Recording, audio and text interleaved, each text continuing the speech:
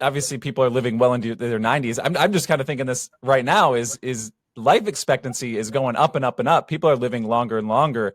How is that affecting people's retirements? I mean, obviously, I don't know the history of financial planning or how long it's been going on, but I would imagine 100 years ago you probably didn't have to save as much. But now, yeah, it's different No, now. you're absolutely right. Well, you think about Social Security.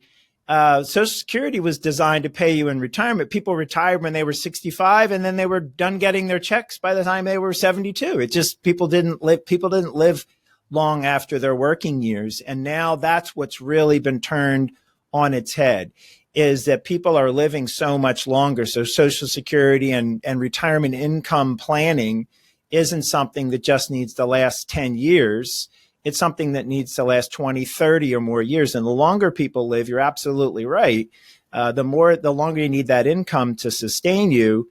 And if you live long enough, I remember having a conversation with my granddad when he was going on 95. And I said, how you doing? You seem pretty good. And he was sharp and he was pretty strong right up to the very end. But I remember him saying to me, I've got 95-year-old parts, it's so you require some assistance and some care and some cost at that stage of life that's very different. So those are the things that really, again, where you need to be thinking ahead and thinking how those assets are going to be needed at that future point. So that's, I think, is the big shift is when you're 70 and you have a bad year, you start to think about, is this going to get me to 90?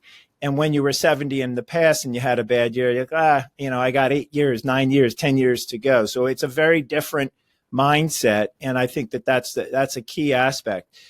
The other part of your question, though, I think what's really changed a lot is people do live longer, but they live, I believe, healthier for the most part. If they're living longer, they're living more active and engaged lives. So they continue to do something. In other words, you might have in the past, you may have had a pension. You still have Social Security. So you have these reliable income sources that are coming in.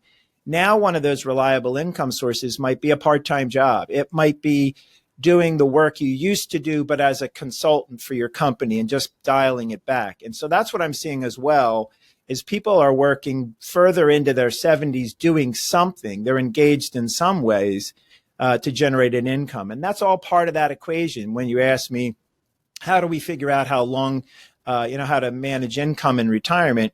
Those are some of the key parts of that is what's coming in that isn't investment related, whether it's earned Social Security, pension. We work with a lot of retired military, a pension. Some of them have disability benefits. There's a lot of other sources of income beyond your investments, and that's where we put it all together. Are people coming to you with more sources of income, or are you helping them? I guess you'd probably be doing both, right? Because it seems like with pension, Social Security, investments, and people who, like you said, still work, it seems like there's a lot more moving parts now than there probably was back then too. So that's on you to manage that. Yeah, well, that's exactly right. There are choices. There are what I'll call acceptable and ideal plans. And so someone might say, I want to stop working when I'm 62. And it might look a lot better if they work till they're 65. So is that acceptable? Oh, I just gave you 62 because that was a round number and I knew Social Security started then, and that's why I said it. Or somebody might say, no, I want to retire at 62 for a very, very specific reason. So those are the things that we're looking at is you can work a little bit longer. That's one way to have a more strong or sustainable retirement plan is that you start drawing your investments a little bit later. So if you think about it, you have a few more years of those assets growing. And in theory, you have a few less years of you withdrawing from those assets. So you could work a little bit longer. Leading up to that point, you could try to save more, or you could prepare to or plan on spending less. They're really the levers that you have control over. So one of those inputs, as you said, is continuing to work. So some people will say, I don't want to work as much as I am now, but I'm not necessarily saying I'm completely done or I even want to be completely done. All right, well, that's great to know. You're making $100,000 now. What if you could bring in $30,000 a year? Just work a little bit, just, still be engaged and provide some services. That's a big, think about what an investment would be required to provide $30,000 a year of income for a period of time. So those are all the parts that go into it. And that's really, I think, where it's interesting. Some people feel there's no way I can retire. Well, yes, you can. Do you think you could keep working, or would they have you do a consulting job, or could you do something like that for 5 more years at 30, 40, 50% of your current income? Oh, yeah, I could make that work. Well, if that works, it works in your plan. They're all of the questions that come out of making designing a plan that's going to work long term.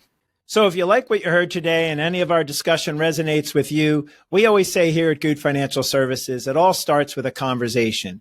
So just write in the comments below or go to our website, goodfinancial.com, and just check off that you'd like to set up a conversation. And we're happy to just chat and see where your situation is. And I'm sure we can provide advice and help along the way.